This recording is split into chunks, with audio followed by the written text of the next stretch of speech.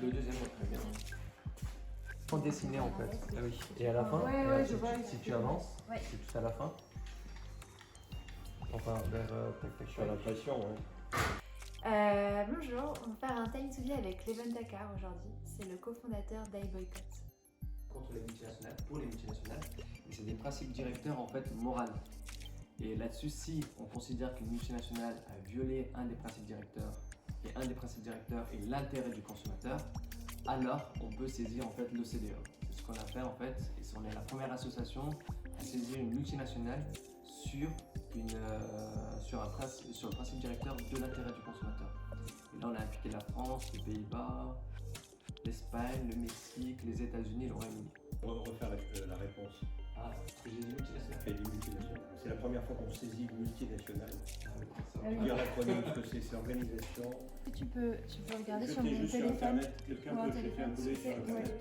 L'acronyme de l'OCDE.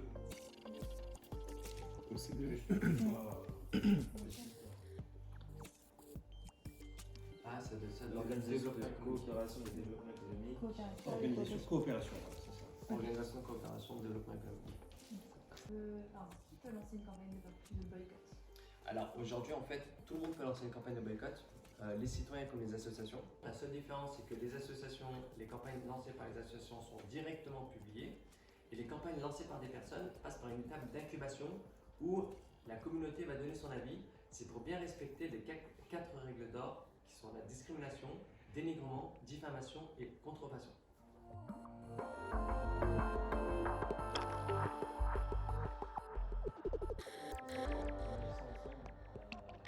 Faire évoluer les choses et n'oubliez pas que notre plus grand pouvoir, un des plus grands pouvoirs en tout cas, aujourd'hui je suis convaincu, c'est notre consommation et faisons pression à ces marques qui ne respectent pas les règles pour qu'elles évoluent dans meilleure éthique.